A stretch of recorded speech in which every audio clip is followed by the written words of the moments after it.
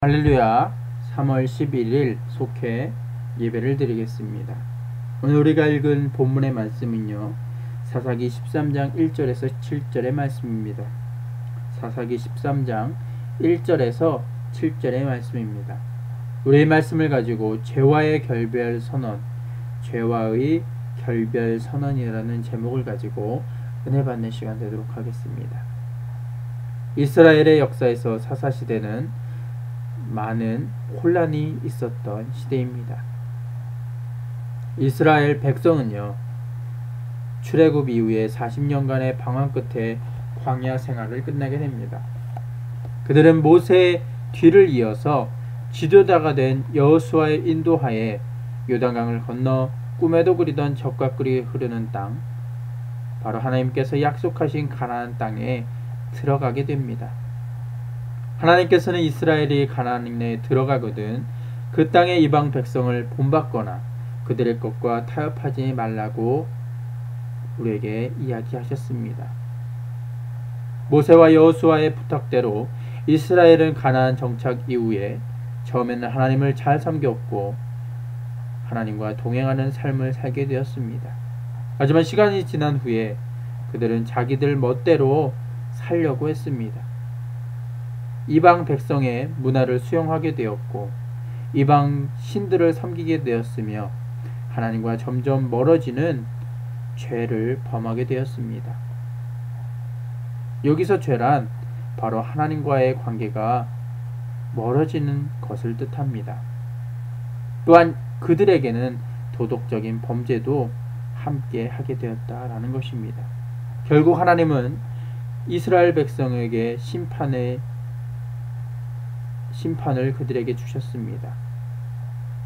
많은 이방 민족으로부터 그들은 공경과 고통을 당하게 되었고 이스라엘 백성은 하나님께 회개하며 부르짖게 되었을 때 그 회개함을 보시고 이스라엘을 고난에서 건져내셨다라는 것입니다.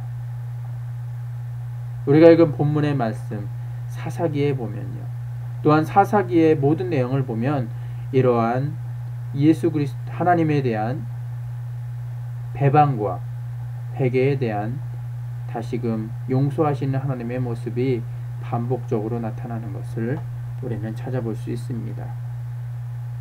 하나님을 멀리했다가 그들은 공경에 처하게 되고 다시금 회개하였을 때 그들을 지켜주시는 하나님, 그 모습을 통해서 우리는 사사기가 얼마나 혼란스러웠고 하나님과 동행하는 것 같지만 그들의 마음속에서 죄의 씨앗이 자라나고 있게 되었다라는 것을 우리는 잘 살펴볼 수 있습니다.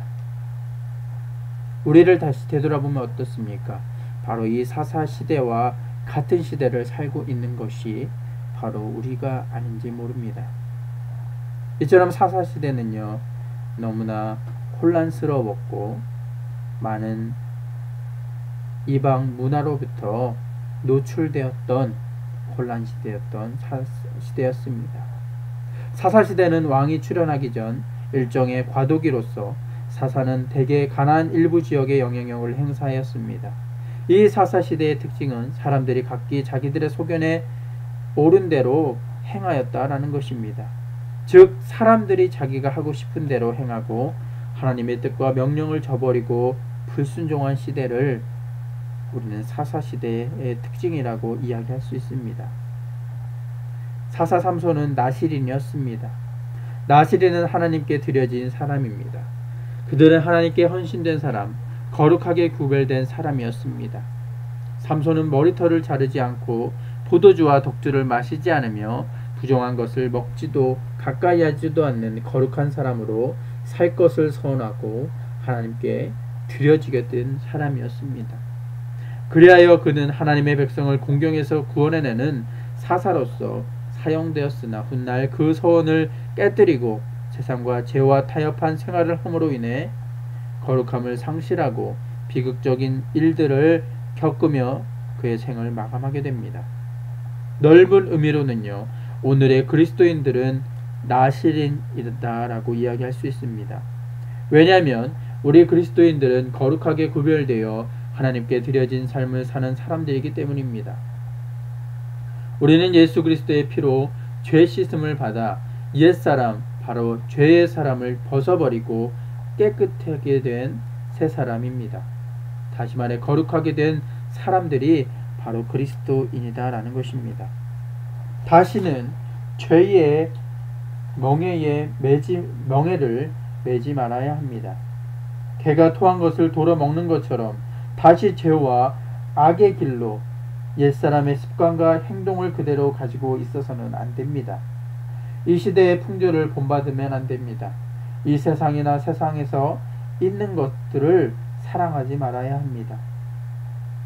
믿음으로 살아가는 이들이 겪는 박해와 핍박도 견디기 어렵지만 먹음직하고 보암직하며 매우 탐스러워 보이는 것들로 다가오는 죄와 세상의 유혹 또한 얼마나 위력적인지 모릅니다.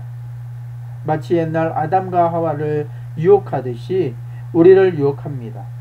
보기에는 우리를 행복하게 하고 풍요롭게 할 것 같으나 실은 우리의 영혼과 육체와 삶 전체를 파멸로 이끄는 선악과 같은 것들이 우리의 현실 가운데 얼마나 많은지 모릅니다. 사탄과 마귀는 우는 사자처럼 우리를 삼킬듯이 두려움으로 다가오기도 하지만 광명의 천사로 가장하고 행복의 사도처럼 다정스럽게 다가오기도 합니다.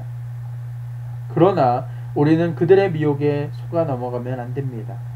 에덴 동산에서 하와를 잘 이해해주고 행복하게 해주려고 돕는 듯이 보였던 사탄은 오늘도 바로 우리에게 이와 같이 다가온다라는 것입니다. 사탄은 40일 금식하고 줄이신 주님을 가장 생각해 주는 것 같이 하면서도 결국 시험하여 넘어뜨리려는 모습을 우리는 성경을 통해서 찾아볼 수 있습니다. 사탄은 오늘도 우리에게 그렇게 다소곳이 다가와서 우리를 죄와 타협하게 만들며 우리를 무너뜨리려고 합니다. 거기에 속아 넘어가면 마치 아브라함의 조카 롯과 같이 영적인 눈이 어두워지고 분별력을 잃게 됩니다. 그런 이들에게는 곧 멸망할 소돔과 고모라도 복된 에덴 동산처럼 보이기 때문입니다. 가득한 죄와 악을 보지 못하고 깨닫지 못하고 거침없이 죄와 타협하고 빨려 들어가게 됩니다. 그리고 하나님의 은혜와 복을 상실하고 고난의 길을 걷게 됩니다. 그리스도인들은 그런 위험을 극복하기 위해 항상 깨어 일어나 기도하며 하나님과 동행하며 동거하는 삶을 살아야 됩니다. 어떻게 살아야 할지를 생각하며 조심하고 지혜로운 마음을 갖고 예수 그리스도께서 주신 영적인 눈으로 이 세상을 바라보며 나아갈 때 우리는 그리스도인에 걸맞는 생활을 할 수 있게 된다는 것입니다. 사랑하는 생수의 성도들이요, 죄와의 결벌을 선언하기 이전에 우리의 모습이 먼저는 하나님과 합해져야 된다는 것입니다. 그렇게 될 때 우리의 눈이, 우리의 생각이, 우리의 모든 행동이 과거에 어쩔지는 몰랐지만 이제는 다시금 일어나 하나님과 같이 생각할 수 있습니다. 바로 예수 그리스도께서 내 안에 계실 때 우리는 예수 그리스도의 눈으로 이 세상을 바라보고 예수 그리스도의 생각으로 이 세상을 생각하며 예수 그리스도의 마음으로 이 세상을 바라볼 수 있기 때문입니다. 먼저 하나님을 먼저 만나시길 원합니다. 또는 하나님을 믿고 하나님과 동행할 때 넉넉히 우리를 이기게 해주시는 하나님의 능력을 경험할 줄 믿습니다.